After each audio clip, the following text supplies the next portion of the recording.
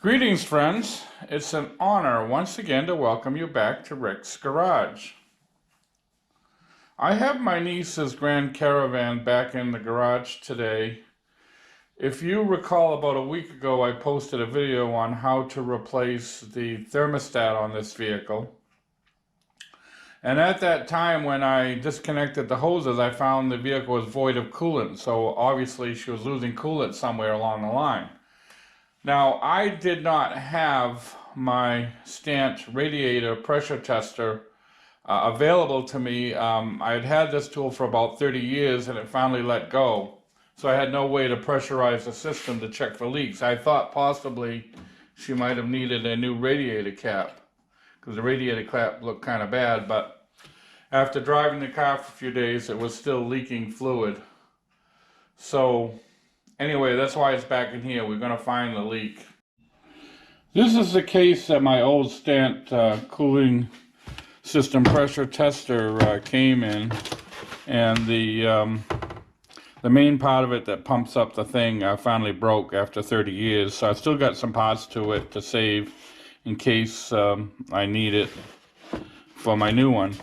So I went on Amazon and I ordered exactly the same thing, a Stant cooling system pressure tester. I figured if it lasted 30 years, it must be pretty good. They said it would take a few days to get it, so I just received the new one. Now, to my disappointment, this is what I received in its place. I received something called a Motorrad of America pressure tester. And you see it's not a Stant, it's some company called Motorrad. I've never heard of them. It's almost identical to the Stant pressure tester. It's quite a knockoff. I wouldn't be surprised if it's the same company making them.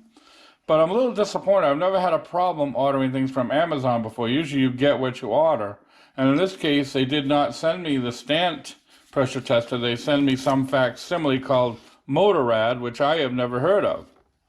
Now, normally I would send this back and say, send me what I ordered, but I got cars waiting here to be worked on, and I need the tool, so I'm stuck with it. I'm going to go ahead. I don't have time to send it back and get another one, so I'm going to go ahead and use it. Hopefully it'll hold up like my Stant. Okay, I'm first of all going to focus on these heater hoses. They seem to be a problem area for a lot of these Chryslers. The Y is made out of plastic, and sometimes they get brittle over time and can leak. So we're going to check on that first. I do see a little bit of wetness right around here, so we're going to pressurize this system. Now this system calls for a 16-pound cap, so we're not going to go over 16 pounds when we pressurize it. So I'm going to start pumping this up.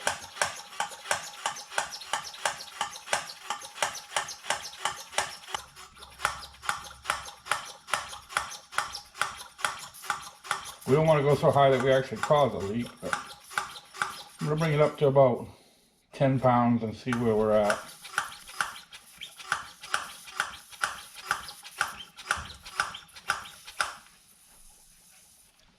Okay, we're at 10 pounds. I'm going to spray some soapy water down there, see if I see anything bubbling. Okay, friends, I apologize for the handheld camera, but you can see where the leak is. You can see it bubbling out. That's the only way I can get the camera in there for you to see it.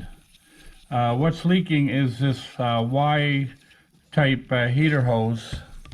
I'll give you a better look at it from this angle. Right there, that's what's leaking. It's a kind of a Y pipe.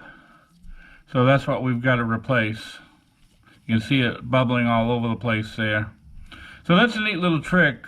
Spray a little soapy water around where you suspect the leak might be and pressurize the system, much like you would try to find a leak in a tire.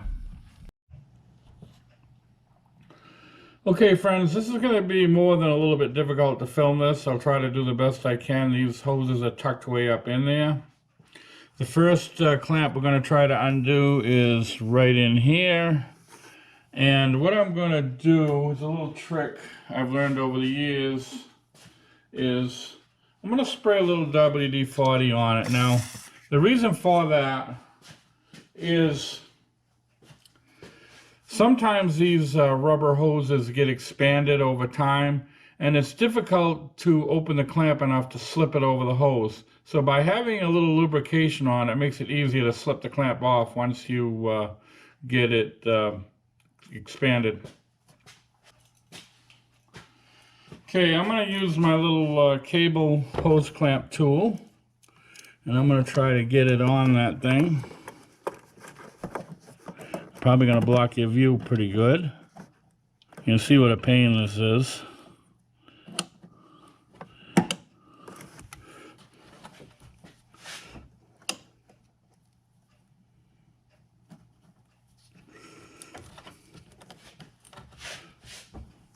All right, let's see if we can get this clamp to slip down. You can see what I mean about how it doesn't want to come off, and by having a little bit of lubrication there, it certainly helps. All right, that clamp is off.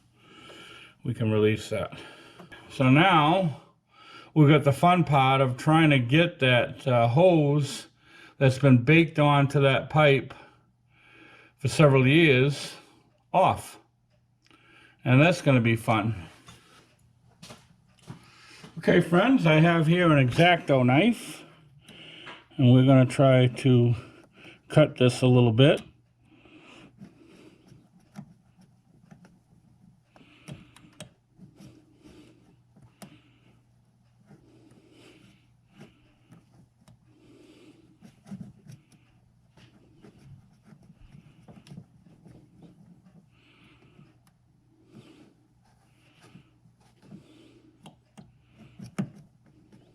All right, now let's grab a screwdriver and see if we can get that thing to open up.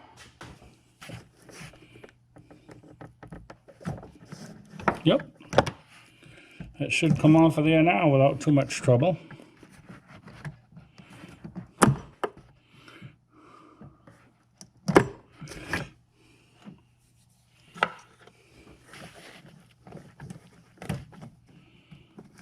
Okay, we got one of the hoses off, and we didn't mar it up too much. Okay, so that one's disconnected.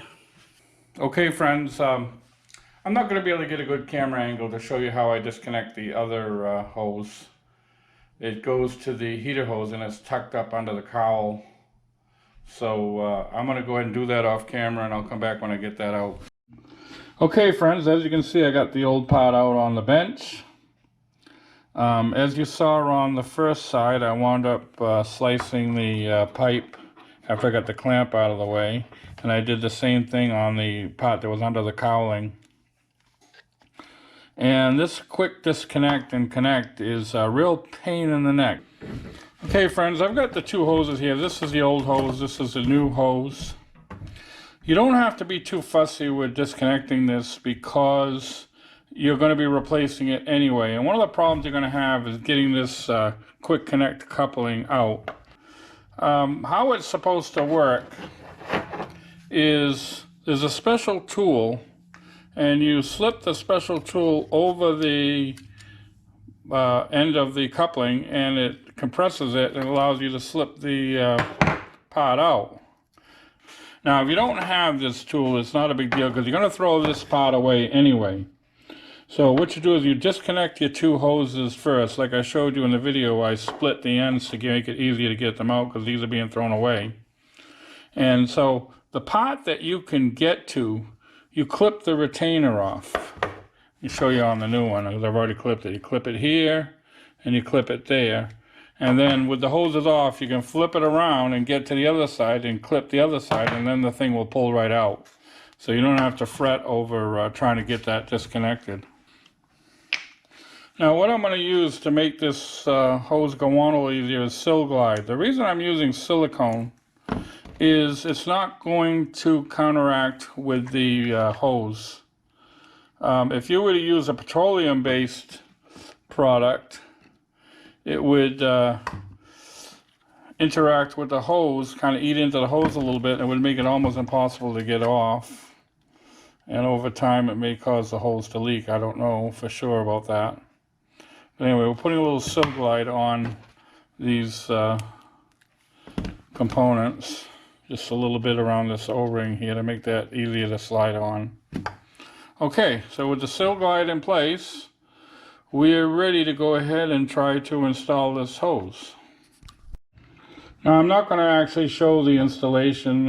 It's fairly straightforward. You just slip the hoses over the connections and then move the clamps in place. The reason I'm not showing it is the reason I didn't show a lot of it. When I took it apart, it's impossible to get a camera in there and have room to work. So I'm going to go ahead and install this, and I'll come back when it's done. Okay, the reinstall was very, very easy. After putting the sill glide on the holes, they slipped on very nicely. Now on this one here that goes to the heater core, I used the original clamp. It was a straight-in shot, so it was very easy to get at. I used these long needle nose pliers to get in there and pinch that clamp and get it in place. But the one that goes to the hose behind the engine was kind of difficult. So what I used was an ordinary hose clamp that you tighten with a screwdriver and tighten that up. That was a lot easier than struggling with that pinch clamp way behind there. And then this thing just slipped in just as easy as possibly could be. I see why they went to this. It makes it a lot easier for them to assemble a car, but it's a real bear to try to get these out. So the hose is all installed, and again, I apologize for not actually showing that, but it would have been, I could barely see what I'm doing, let alone get a camera in there. Okay, one thing I'm going to do before I start filling the radiator is I'm going to open up this little bleeder on the thermostat. I've got a long screwdriver here, and I'm going to open up this bleeder, and when I see fluid starting to come out of it, then I'll tighten it up. This will let some of the air out. Okay, so now I'm going to use my special radiator funnel. Like I said before when I did the thermostat, if you don't have one of these, you should get one. It really simplifies filling the radiator. Find the correct size fitting. Looks like this is the one that's going to work. And we simply insert our funnel. And we can start pouring in the radiator antifreeze.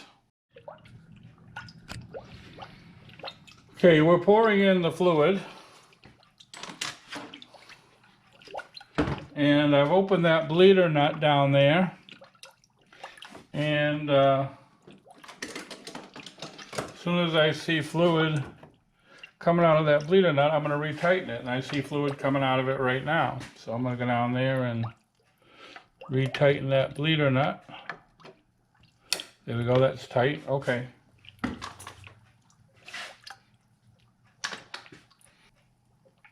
Okay, I'm going to start the motor and bring it up to operating temperature. I'm going to end the video here. You kind of get the gist of what I'm doing here. I'm going to continue to pour in antifreeze, 50-50 mix. I'm going to start the engine and get it up to operating temperature, and periodically I'm going to open that bleeder nut to let air out. So I'm going to call this video complete. I want to thank you once again for watching Rick's Garage.